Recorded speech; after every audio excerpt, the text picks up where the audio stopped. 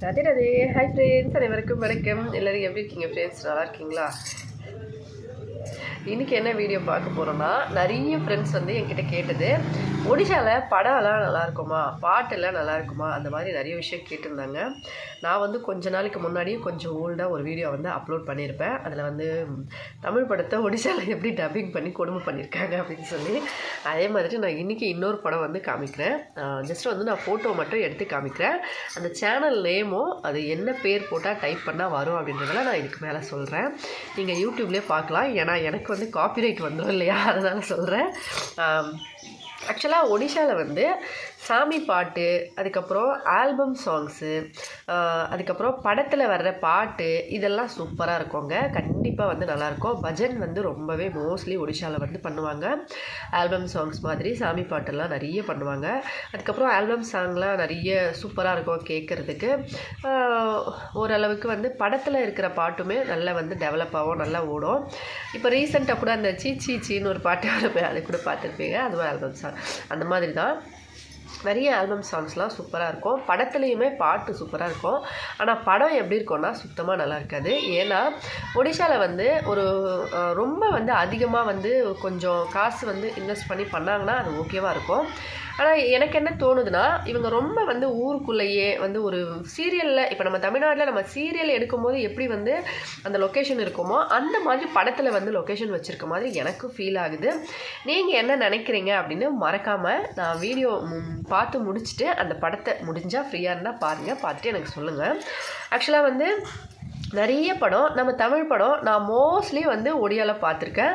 ஒரு சில டைமில் அந்த படம்லாம் பார்த்த உடனே எனக்கு அப்படியே அந்த நம்ம சொல்லுவோம் இல்லையா, குபீர்னு சிரிப்பு வந்துருச்சு. அந்த மாதிரி தான் மோஸ்ட்லி நிறைய தடவை நான் வந்து பார்த்த உடனே சிரிச்சிருக்கேன். அதுக்கு ஒரு எக்ஸாம்பிள் தான் சன் ஆஃப் மகாலட்சுமி படம். அந்த படத்தையும் வந்து நான் ரொம்ப நாளைக்கு முன்னாடி அப்லோட் பண்ணியிருந்தேன். நீங்கள் பார்த்தீங்களா இல்லையான்னு தெரியல. அப்படி பார்க்கலன்னா நான் கண்டிப்பாக அதை வந்து எங்கே இருக்குன்னு அதோட லிங்க் வந்து நான் டிஸ்கிரிப்ஷனில் கொடுக்குறேன் முடிஞ்சா. இல்லைனா வந்து நம்ம சேனல்லையே வந்து நான் என்டர்டெயின்மெண்ட் சொல்லி ஒரு பிளேலிஸ்ட் இருக்கும், அதுக்குள்ளே பார்த்தீங்கன்னா தெரியும்.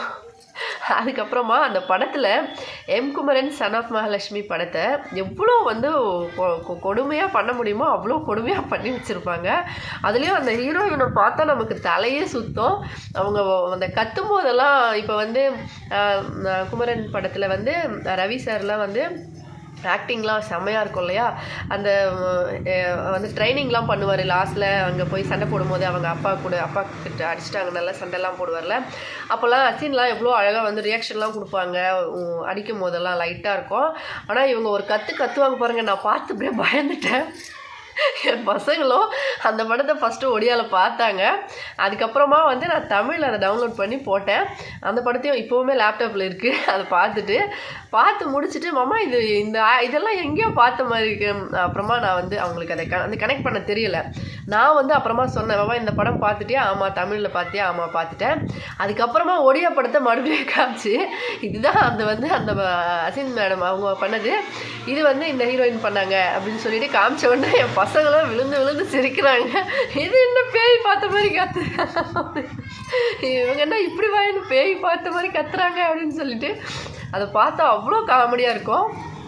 அதே மாதிரி தான் அந்த மாதிரி ஒடியாவில் வந்து ஆக்டிங்கும் வந்து அந்தளவுக்கு வந்து நல்லா இல்லைன்னு சொல்லலாம் மோஸ்ட்லி நிறைய பேர். அதோடு வந்து படங்களுமே வந்து ஓரளவுக்கு தான் அப்படின்னு சொல்லலாம். ரொம்ப நல்லாலாம் இருக்காது. லொக்கேஷன்லாம் ரொம்ப வந்து கிராமத்துலேயே நிறைய ஒடிஷாவில் ஆறு குளம் குற்றாலம் அந்த மாதிரியெல்லாம் இருக்கிறதுனால அங்கேயே வந்து சுற்றி எடுக்கிறாங்கன்னு நினைக்கிறேன். மோஸ்ட்லி அப்படியே போனாலும் ஹைதராபாத் இல்லைனா ஒடிஷா அவ்வளோதான் வந்து போகிறாங்க. வேறு எங்கேயுமே வந்து லொக்கேஷன் நான் பார்த்ததே இல்லை ஒடிஷா படத்தில். இப்போ வந்து ரீசெண்டாக வந்து பாபுசான் சாரோட ஒரு படம் வந்து வந்திருந்தது. அது வந்து பார்த்திங்கன்னா நல்லா ஹிட் ஆகிடுச்சு. போகுட்டு புத்தோ அப்படின்னு சொல்லி ஒரு படம். நான் கூட ஒரு சேனலில் அந்த படத்தை ரிவ்யூ பண்ணி போட்டிருந்தாங்க, நான் பார்த்துருந்தேன் அந்த சேனலில். அந்த படம் வந்து சூப்பர். அதுக்கு முன்னாடி இன்னொரு படம் தமன் சொல்லிட்டு ஒரு படம் பண்ணியிருந்தாங்க, அதுவுமே நல்லா சூப்பராக ஓடிச்சு. அதுவும் பாபுசான் சார் தான். அந்த ரெண்டு படமும் இப்போ ரீசெண்ட் டைமில் கொஞ்சம் வந்து நல்லா குவாலிட்டியெல்லாம் வச்சு கேமராலாம் வந்து நல்லா இன்க்ரீஸ் பண்ணி இப்போ கொஞ்சம் நல்லா பண்ணுறாங்கன்னு நினைக்கிறேன். ரீசெண்டாக வந்த படத்தில் அந்த ரெண்டு படம் தான் நான் பார்த்தேன், அதாவது தமன், அதுக்கப்புறம் போகுட்டு புத்தோ. அந்த ரெண்டு படமே வந்து நல்லா இருந்தது, ஆக்டிங் நல்லா இருக்குது அப்படின்னு சொல்லி எல்லாம் வந்து அந்த ரிவ்யூலாம் பார்த்தா ரொம்ப சூப்பராக இருந்தது. அப்படின்றதுனால தான் அதை வந்து நான் பார்த்தேன். மோஸ்ட்லி படமெல்லாம் பார்க்க மாட்டேன், ஏன்னா ஒடியா படம்லாம் ரொம்ப வந்து இப்போ நம்ம பழைய படம்னா மோஸ்ட்லி எனக்கு தெரிஞ்சு தித்திக்குதே படம், அதுக்கப்புறம் நம்ம ரஜினி சார் வந்து ஒரு ஒரு 2 பேர் இருப்பாங்க. அந்த ஹீரோயின் வந்து முதலாளியாக இருப்பாங்க. ரஜினி சார் வந்து ரொம்ப அந்த கடையில் கம்பெனியில் வேலை செய்யும்போது கூட அந்த வளையலெல்லாம் ஏதோ மோதிரம் கொடுப்பாங்கன்னு சொல்லி கவுண்டமணி சாரும் ரஜினி சாரும் போவாங்க. அந்த படம் பேர் எனக்கு ஞாபகம் இல்லை. அதே படத்தையும் எடுத்திருக்காங்க. சிச்சோ முடியாதுன்ற மாதிரி இருக்கும். அதுவும் அந்த ஃபைட்டிங் சீன்ஸு, அவங்க ஆக்டிங்கு அதெல்லாம் பார்க்கும்போது ரொம்ப ஃபன்னாக இருக்கும். நான் வந்து இன்றைக்கி இந்த படம் நான் ஃபஸ்ட்டு ஸ்க்ரீன்ஷாட் எடுத்து நான் அப்லோட் பண்ணுறேன். அது என்னென்ன இடத்துல மேட்ச் ஆகுதுன்னு சொல்லி மறக்காமல் எனக்கு அது படத்தோட பேர் வந்து கமெண்ட்டில் சொல்லுங்கள். அப்படியே ஃபன்னாக இருந்தாலும் சொல்லுங்கள். இதுக்கு மேலே இதே மாதிரி வீடியோஸ் உங்களுக்கு பிடிக்குதுன்னா கண்டிப்பாக நான் இதுக்கு மேலேயும் அதே மாதிரி நம்ம தமிழ் படத்தை கொலை பண்ணி வச்சுருக்க ஒரு சில ஒடியா படங்களை நான் ஆட் பண்ணுறேன். அதுக்கப்புறம் நீங்களும் பார்க்கலாம். அதோட பேர்லாம் கரெக்டாக நான் சொல்கிறேன். இப்போ நம்ம வந்து ஒடியாவில் அந்த படத்து பேர் என்ன அப்படின்னா தூத்திலே டொரோ காகு அப்படின்னா நீ இருந்த பயம் யாருக்கு அப்படின்னு சொல்கிறது. ஆக்சுவலாக எனக்கு அந்த படத்துலேயே ரொம்ப ரொம்ப பிடிச்ச பாட்டு வந்து அந்த பாட்டு தான். பக்கிசினா உடிஜாயின்னு சொல்லி ஒரு பாட்டு இருக்கும். அந்த பாட்டு வந்து பிரபு ஜெகநாதருக்காக பண்ணியிருப்பாங்க. நம்ம வந்து தமிழ் படத்தில் அந்த படத்தில் வந்து அம்மனுக்காக பண்ணுவாங்க. இந்த படத்தில் வந்து பிரபு ஜெகநாதரை வச்சு பண்ணியிருப்பாங்க. அந்த பாட்டு வந்து சூப்பராக இருக்கும். மற்றபடி அந்த படத்தில் ஆக்டிங் தான் சரியில்லைன்னு சொன்னேன். அதே மாதிரி தான் நான் ஃபஸ்ட்லேயே சொன்ன மாதிரி படமெல்லாம் நல்லா இல்லைன்னா கூட பாட்டுலாம் சூப்பராக இருக்கும். ஆக்சுவலாக அந்த பாட்டு வந்து ரொம்ப நாளைக்கு முன்னாடி இருந்த என் ஹஸ்பண்ட் ஃபோனில் ரிங்டியூன். நானுமே என்னோடய ஃபோனில் ரொம்ப நாள் வந்து வச்சுருந்தேன் அந்த பாட்டு ரிங்டியூனாக. இப்போ கூட ஃபோனில் அந்த பாட்டு இருக்கும். மற்ற டைம்லலாம் கேட்கும் போது ரொம்ப நல்லாயிருக்கும். பக்கிசி நவுடி ஜாயே அப்படின்னு சொல்லி ஒரு பாட்டு பிரபு ஜெகநாதர் வந்து அவங்க இருக்கும்போது நம்மளுக்கு என்ன கவலை அப்படின்னு சொல்லி அந்த பாட்டு இருக்கும். ரொம்ப நல்லாயிருக்கும் கேட்குறதுக்கு. அந்த பாட்டு மட்டும்தான் அந்த படத்துலேயே எனக்கு பிடிக்கும். மற்றபடி வந்து அந்த ஆக்ஷன்ஸ்லாம் அதுவும் அந்த வில்லன் ஒருத்தர் வருவார் பாருங்கள், சிரிப்பாக வரும் அந்த வில்லனை பார்த்தா. நம்ம அந்த படத்தெல்லாம் தமிழில் பார்த்து அந்த வில்லனை பார்த்து பயப்படுவோம். அப்படியே அவ்வளோ வந்து இதுவாக இருக்கும்.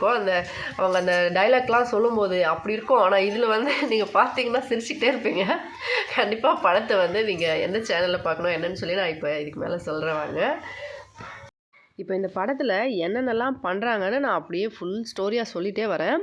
படத்தோட பேர் என்னன்னு நீங்கள் எனக்கு கமெண்ட்டில் சொல்லுங்கள், ஓகேவா? இது வந்து ஒடியா சித்தார்த் சேனல் அப்படின்னு இருக்கும். அந்த சேனலில் போய் இந்த படத்தை நீங்கள் பார்க்கலாம். தூத்திலே டொரோ காகு அப்படின்னு சொல்லி டைப் பண்ணிங்கன்னா வரும். அதை நான் வந்து என்னன்னு சொல்லி டைப் பண்ணிடுறேன். ஆக்சுவலாக டைட்டில்லையே கொடுக்குறேன். இப்போ இவர் தான் வந்து வில்லன். ஃபஸ்ட்டு வந்து அவங்க பையன் பிறந்த உடனே அவங்க பையனை கொலை பண்ண பார்க்குறாரு. கொலை பண்ணி நிறைய சக்தி கிடைக்கும்னு சொல்லி, சக்தி கிடைச்சா நம்ம வந்து பெரிய மந்திரவாதி ஆகிடலான்னு சொல்லிட்டு, ஆனால் அதை பார்த்து பயந்து அவங்க அம்மா வந்து குழந்தைய தூக்கிட்டு அவருக்கு தெரியாமல் அந்த இடத்த விட்டு ஓடி போய்ட்றாங்க. ஏன்னா குழந்தைய வந்து அவர் பலி கொடுத்துருவாரு அப்படின்னு சொல்லி. இவர் தான் இந்த படத்தோட வில்லன். இது வந்து ஃபஸ்ட்டு நமக்கு ஓல்டு காமிக்கிறாங்க. பழைய காலம் 20-25 வருஷத்துக்கு முன்னாடி அவர் தூங்கிட்டு இருக்கும்போது குழந்தைய வந்து இவர் பலி கொடுத்துடுவார் அப்படின்னு சொல்லிட்டு அவங்க பொண்டாட்டி தூக்கின்னு ஓடி போயிடுவாங்க. அதுக்கப்புறம் ஒரு ஊரில் போய் கோயிலில் பூ கட்டி கொஞ்சம் கொஞ்சமாக பூ விற்று கடை வச்சு அதுக்கப்புறமா ஜெகநாதர் சாமி கோயிலில் இருப்பாங்க. அப்போ தான் அந்த பாட்டு வந்து வரும். அவங்க பையன் வந்து பெருசாகிட்டார். இது 2 ஹீரோயின். ஆக்சுவலாக ஒரு ஹீரோயின் வந்து யாருன்னு 2 பேரும் நான் சொன்னேன்னா நீங்கள் கரெக்டாக கண்டுபிடிச்சிருவீங்க. அதனால் நான் சொல்ல மாட்டேன், நீங்களே கண்டுபிடிச்சி சொல்லுங்கள். நான் ஈஸியாக கண்டுபிடிச்சிடலாம். இது வந்து 2 பேர் இருப்பாங்க. இந்த மாதிரி ஒரு பாட்டு ஒன்று வரும். இந்த பாட்டில் வர்ற ஸ்டெப்லாம் பார்த்து என் பெரிய பையன் விழுந்து சிரித்தான். அதோட அந்த வாய்ஸ்லாம் வந்து ரொம்ப கொடுமையாக இருக்கும். அந்த பாட்டெல்லாம் கேட்கும்போது 2 பசங்களும் சரியான சிரிப்பு. இந்த படம் பார்த்துட்டு ஒடியல ஃபஸ்ட்டு பார்க்கும்போது சின்சியராக பார்த்தாங்க. தமிழில் பார்த்துட்டு அப்புறமா பார்க்கும்போது சரியான சிரிப்பு வந்துடுச்சு. அதுக்கப்புறம் வந்து அந்த பொண்ணு வந்து வராங்க வீட்டுக்கு வந்தால் அவங்க அப்பா வந்து நல்ல பெரிய பணக்காரர். கொஞ்ச நாள் கழித்து அந்த பையன் போன அப்புறமா ஒரு 25 வருஷம் கழித்து இப்போ வந்து அவருக்கு மறுபடியும் அந்த மந்திரவாதிக்கு தெரிஞ்சிருச்சு இன்னொரு குழந்தை இருக்குதுன்னு சொல்லி. அதனால் அவர் வந்து தேடிட்டு வரார். பொண்ணு வந்து அவங்க அப்பாவை எதிர்த்து கல்யாணம் பண்ணிக்கிச்சு. கல்யாணம் பண்ணிவிட்டு இப்போ மாமியார் வீட்டுக்கார் அவங்க எல்லோரும் ஒன்றா இருக்காங்க. அதுக்கப்புறமா வந்து அந்த பொண்ணு திடீர்னு செத்து போயிட்டு பணத்தை எரிக்க போகும்போது மறுபடியும் வந்து உயிர் வந்துருச்சு. இப்போயே கண்டுபிடிச்சிருப்பீங்க. உயிர் வந்து வீட்டுக்கு வரும்போது விளக்கெல்லாம் ஏற்றுனா வேண்டான்னு சொல்லி சாமி படத்தெல்லாம் வெளியே போட சொல்லிட்டாங்க. அதுக்கப்புறம் நைட்டில் வந்து அவங்க ஆத்மா வந்து வந்து அந்த குழந்தைய பார்க்க வரும்போதெல்லாம் அந்த பொண்ணு வந்து சுடுகாட்டிலேருந்து வந்தவங்க அவங்க உடம்புல வந்து ஆக்சுவலாக அந்த பேய் வந்து இருக்கும். ஆக்சுவலாக ஆத்மா பேய் இல்லை, அந்த மந்திரவாதியோட உடம்பு மந்திரவாதி வந்து ஒரு இடத்துல இருப்பார். அவரோட உடம்பை மட்டும் அந்த பொண்ணோட உடம்புல போட்டு அனுப்பியிருப்பார். ஆனால் அந்த பொண்ணு வந்து ஆல்ரெடி செத்து போயிருக்கோம். அதுக்கப்புறம் அந்த மந்திரவாதியோட உடம்பை வந்து அவங்களோட சிஷ்யர் வந்து பாதுகாத்துட்ருப்பார். இந்த பக்கம் வந்து பொண்ணு வந்து குழந்தைய கொன்னுடுவேன், நீ இங்கேருந்து போன்னு சொல்லி அவங்க அம்மா ஆத்மாவை மிரட்டிக்கிட்டே இருக்கோம். அதுக்கப்புறமா கொண்டு போய் இட்லி பாத்திரத்தில், அதாவது தண்ணி சூடு வச்சுட்ருப்பாங்க, அதில் வந்து போட்டுட்டு மூடி போட்டு கொளுத்தி விடுவோம்.